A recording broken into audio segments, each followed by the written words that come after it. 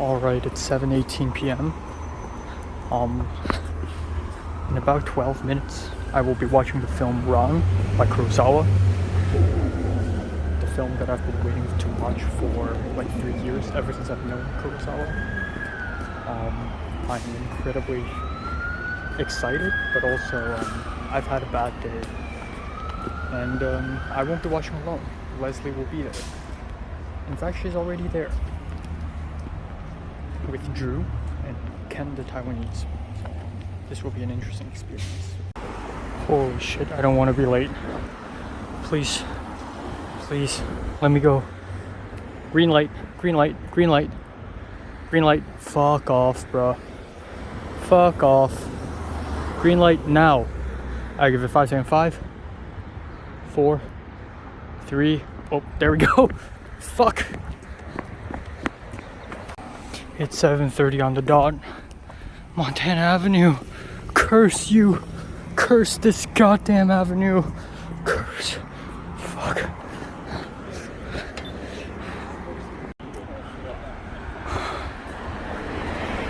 Here we go, guys. The one and only. The holy place. The holy land. Holy shit.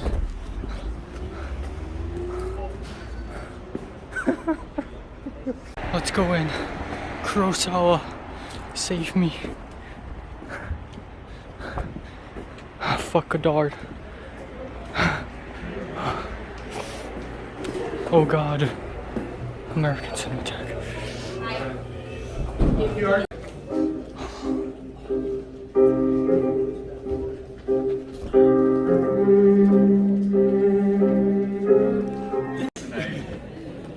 So great. I watch this no matter how big your TV screen is at home. It just doesn't feel like it matches the scope of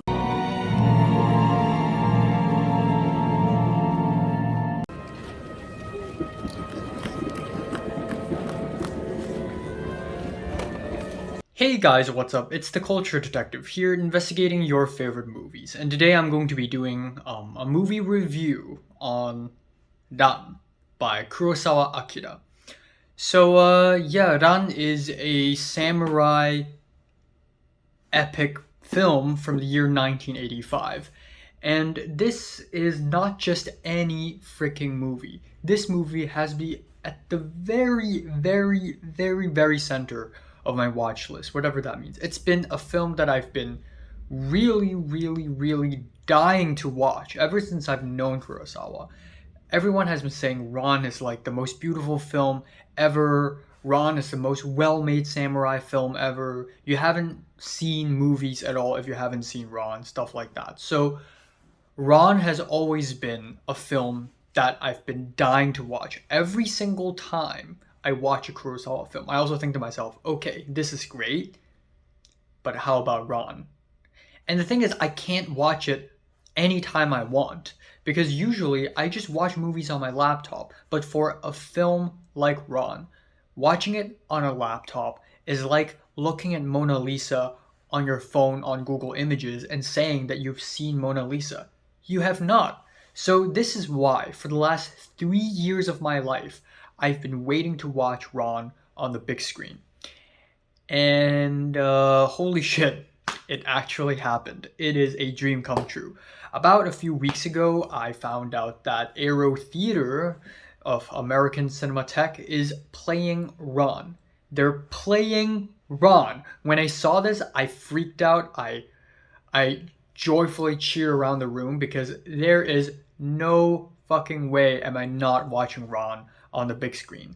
So last night, or 2 nights ago, I went to the Aero Theater to watch Ran, and coincidentally, even though I already knew beforehand, but still coincidentally, my friends and one of the side professors of my film school also went there to watch. So we watched all together. And what can I say? Ran is... I was scared before going to the film because I have a habit of having really high expectations going into a movie and then ended up getting disappointed. That's like 3/4 of the time when I watch a great film. I also end up a little bit disappointed, at least. like Fargo or like Qui-Gon or something like that, because I would have really, really high expectations. Like The King of Comedy. I love The King of Comedy, but I just had such freaking high expectations that when I actually watched the film, I was like, okay, I swear the film felt better in my head than it actually felt like. So I was actually a little scared. Like, I've been dreaming of seeing this film for so much. I've been yearning to see this film so much. What if this film doesn't live up to my expectations? And I was really scared, and it did live up to my expectations. It freaking did it. So, I mean, holy shit, hats off to Kurosawa.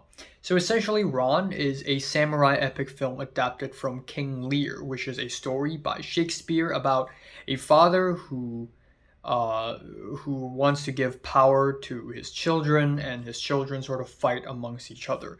And that story sounds similar because it's also what inspired Succession. But Ron might as well be the greatest Shakespearean adaptation to film of all times, because Kurosawa takes King Lear and not only making it into a samurai story with a Japanese twist, but also literally elevating it where every single shot, every single cut, every single piece of music, every single piece of prop, costume, the sets, everything is an artistic triumph. They're all so meticulously crafted and placed in the film. It's absolutely insane. Literally, every single frame of this film is a painting. You could literally just randomly get a shot and it's just going to be a magnificent wallpaper. So that's absolutely insane. The cinematography is beautiful. It's absolutely beautiful. And Kurosawa's black and white films are already really gorgeous with amazing blocking. Kurosawa is well known for being a master of blocking, but also with color, he wields his creativity even harder. Watching this film is like seeing color for the first time. And there are scenes where you can literally see every color ever, like green, red, and blue, and yellow, and everything, and white, and black. But they're all arranged and composed in a way where it all came together like a freaking painting. It's absolutely gorgeous. And the production design is amazing. Again, the costumes and the set pieces are gorgeous. They're absolutely gorgeous. As I was watching Ron, I just thought to myself, like, holy shit, if a Chinese filmmaker or a Taiwanese filmmaker or a Hong Kong filmmaker would one day make a 3 hour long like Chinese history epic with this much poise and grace, the music by Takemitsu Toru is stunning. It's absolutely stunning.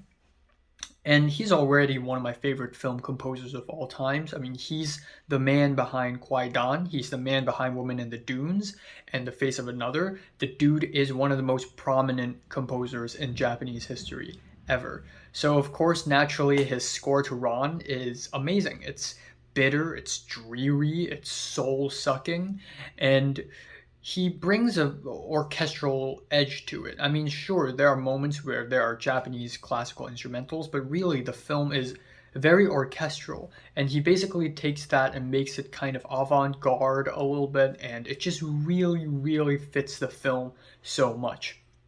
The editing is great as well, and there's this editing rule in Hollywood where a scene has to start and end, and after the scene ends, maybe with a wide shot, maybe with an establishing shot again, maybe ending on another insert, and then it cuts to a next scene. But Kurosawa gives zero shits about that.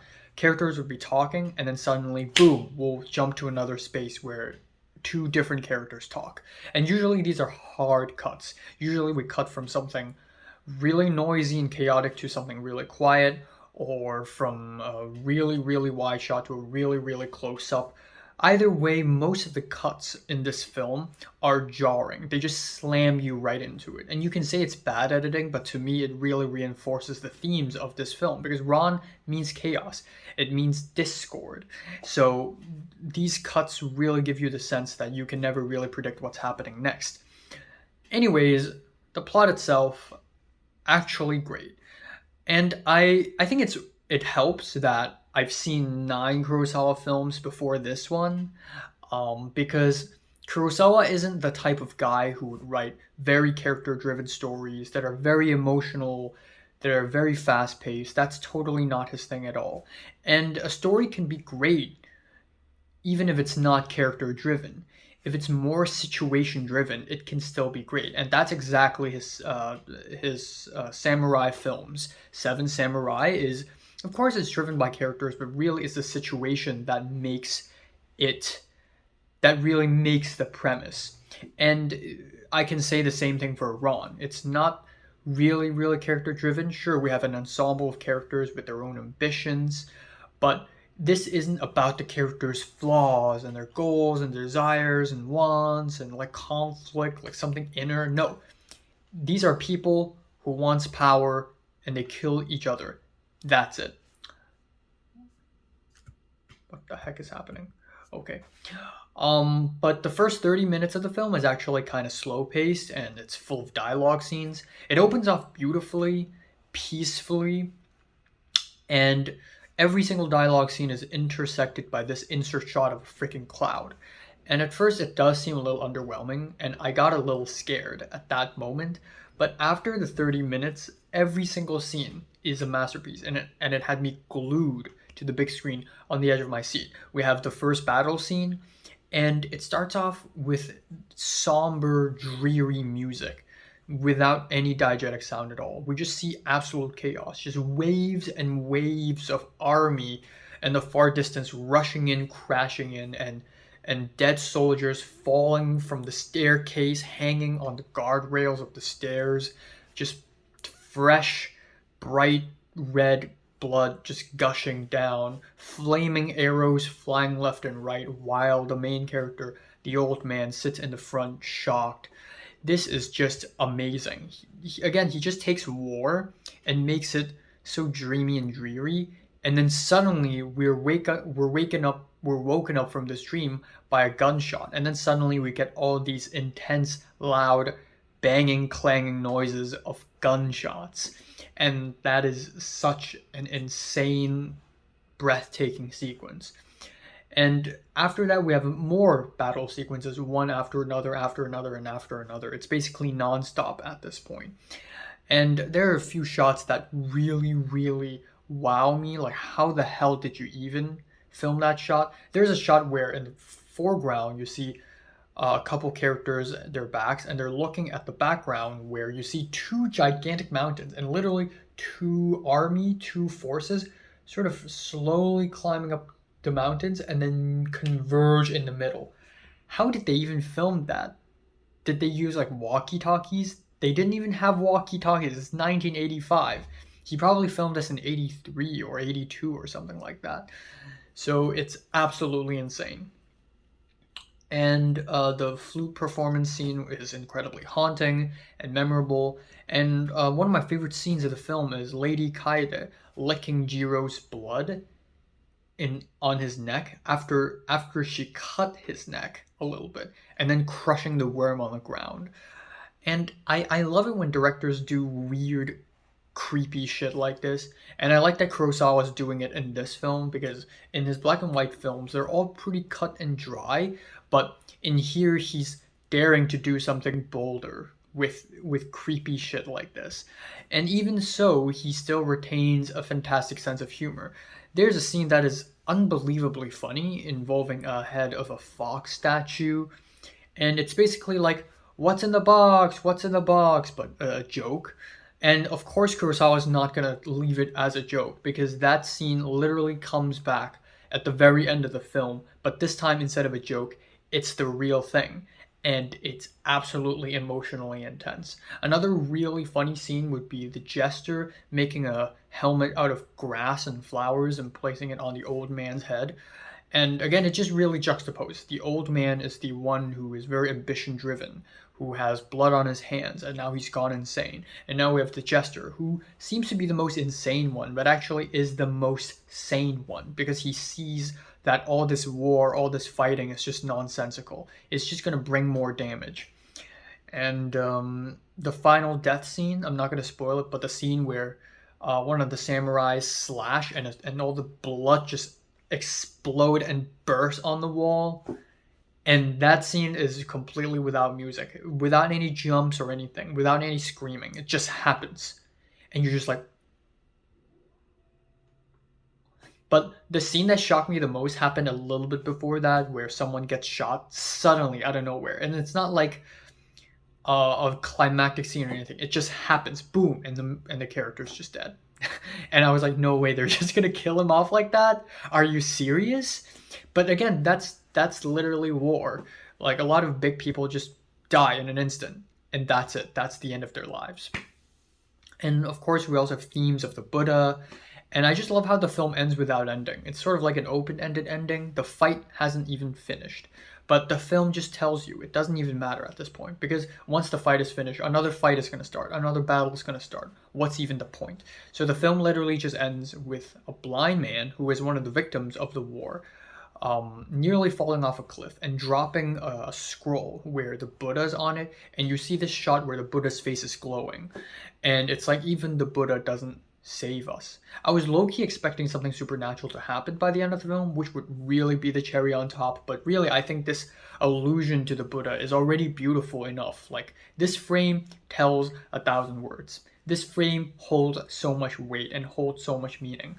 You know, another film that this reminds me of is A Touch of Zen. And of course, A Touch of Zen is so much more pro-Buddhist than Ron. But Ron takes a way more cynical, cold approach to this. And it's just absolutely amazing. And yeah, overall, this is such an amazing cinematic experience. To be able to watch it on the big screen for the first time is absolutely breathtaking.